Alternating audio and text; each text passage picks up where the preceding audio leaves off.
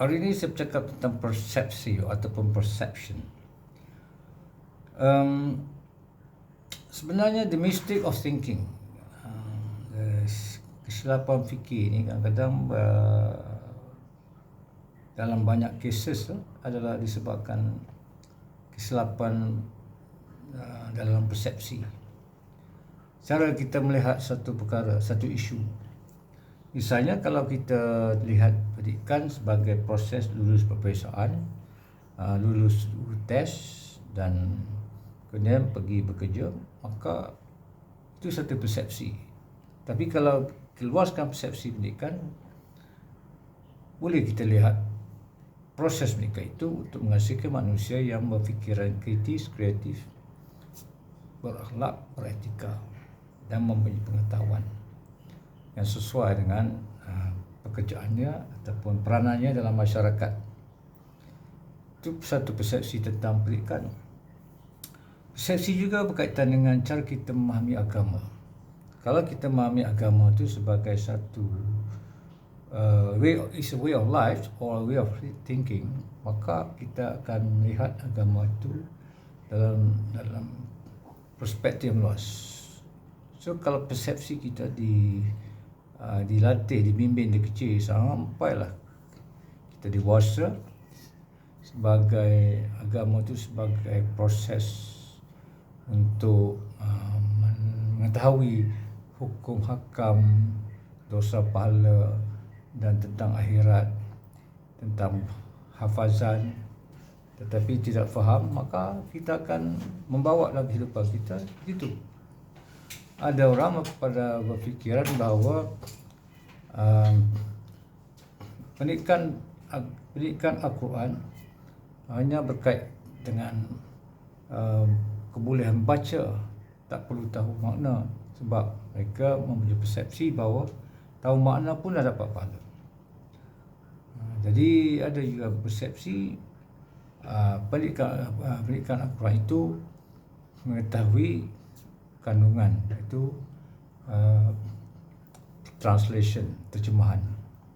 Ada yang melihat pendidikan agama Islam itu lebih daripada terjemahan, tetapi juga melihat dalam bentuk tafsiran dan juga dalam bentuk bukan tafsiran biasa, tetapi tafsiran yang merangkumi mengetahui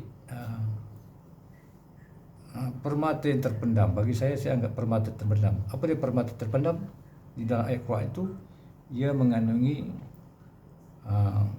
aspek-aspek pemikiran, pelbagai-bagai jenis pemikiran yang terdapat dalam pendidikan Al-Quran. Dalam Al-Quran itu sendiri, pemikiran kreatif seperti terdapat dalam surah Al-Zumar ayat 18. Aspek kemahiran fikiran setinggi lain seperti di dalam ayat 31 surah Al-Baqarah, surah Al-Alaq dan banyak lagi surah-surah.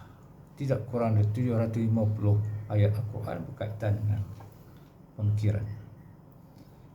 Dan keseluruhan Al-Quran itu ialah maksudnya 80% lebih kurang Al-Quran itu ada berkaitan dengan pemikiran. Persepsi seseorang itu berbeza bergantung pada latar belakang budaya, pendidikan, pendedahan. Jadi saya cuba mengemukakan idea persepsi ini supaya kita boleh lihat apa kesannya kepada masyarakat. Ada orang bila kita kata kita buat kebat dalam Quran, dia kata itu tak penting sebab Quran ni takut terpesong kalau kita mendengar kebat Al-Quran, ataupun dia agak terlalu tinggi sangat kebat Al-Quran, ataupun dia dengar sekejap, ini saya tak mendengar, ini mungkin tak sesuai, terlalu tinggi. Itu persepsi dia, sebab dia selama ni dia kecil sampai besar Al-Quran adalah berkaitan dengan ayat-ayat tentang cerita Nabi, tentang hukum hakam, tentang akhirat dan sebagainya. Maka bila nak kupas secara intelek supaya dibuka minda tu, supaya digunakan aspek pemikiran terhadap Al-Quran tu, dia tak minat sebab itu bukan budaya seseorang. Jadi bila bukan budaya berfikir, maka dia nampak itu satu bentuk alien dalam dia mendengar benda ni, ya. Padahal inilah apa yang dilakukan oleh sejarah-sejarah pada abad ke-9, ya, di mana wujudnya tamadun Islam berkembang pesat pada abad ke-9 sampailah abad ke-13 atau 14. Dan kita lihat kejatuhan tamadun kita pada abad ke-16. Mulanya kejatuhan ataupun saya anggap sebagai satu yang malang lah apabila umat Islam tidak lagi mementingkan falsafah dan pemikiran. Pada abad ke-7 ke-9 dan sampai 13-14, sejarah-sejarah Islam sangat mementingkan pemikiran dan falsafah. Maksud itulah masyarakat pada zaman itu berkembang pemikiran mereka.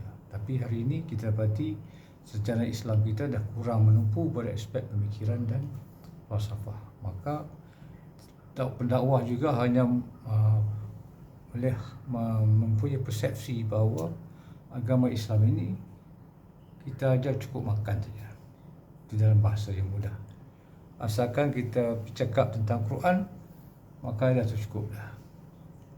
Jadi itulah sebuah sikit pandangan saya tentang persepsi. Satu lagi tentang contohnya infak. Banyak orang persepsi kita tentang infak telah dididik dari kecil sampai dewasa, sampai profesional adalah hanya bagi derma kepada orang miskin, pada orang buka puasa, pada anak yatim, beli baju, beli makanan, bagi COVID-19 makanan. Itu bagus, memang bagus. Itu persepsi. Tapi ada yang mempunyai persepsi lebih jauh situ tentang infak.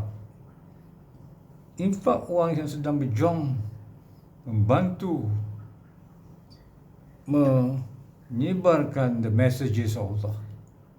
Maksudnya yang messages Allah yang terbenam tu, saya anggap itu sebagai permata.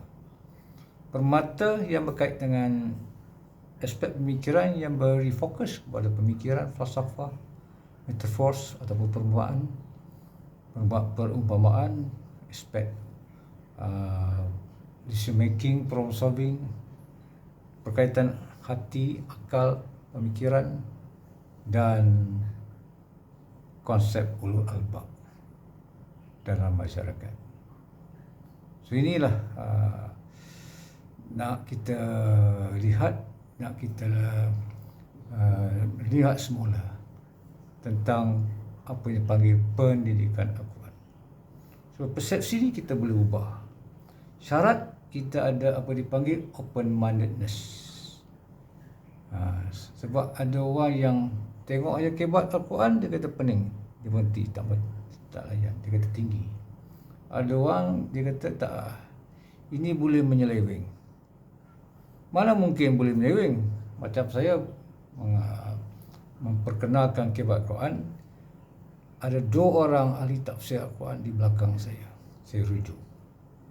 Jadi kombinasi pentafsir Al-Quran dan saya sebagai educationist, penyelidik dalam bidang high order thinking ataupun kebat, kemahiran fikir aras tinggi, tentu sekali tak mungkin saya akan menyeleweng ataupun membuat misleading statement tentang kandungan Al-Quran, kecuali saya buat mana-mana saya sendiri.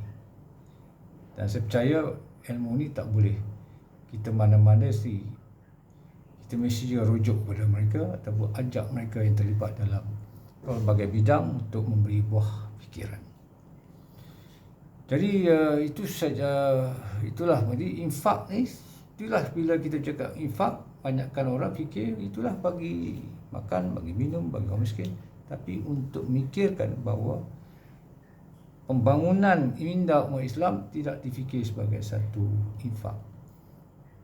Tapi kalau orang tu buka satu dipanggil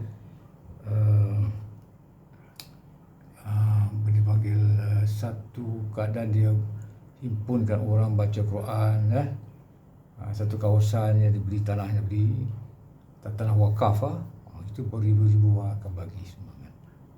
Tapi kalau orang macam saya ni, untuk membina pemikiran umat Islam, ada yang menyekat di wakaf tu untuk tidak digunakan untuk kerja-kerja fisabilillah, bina ilmu untuk umat Islam.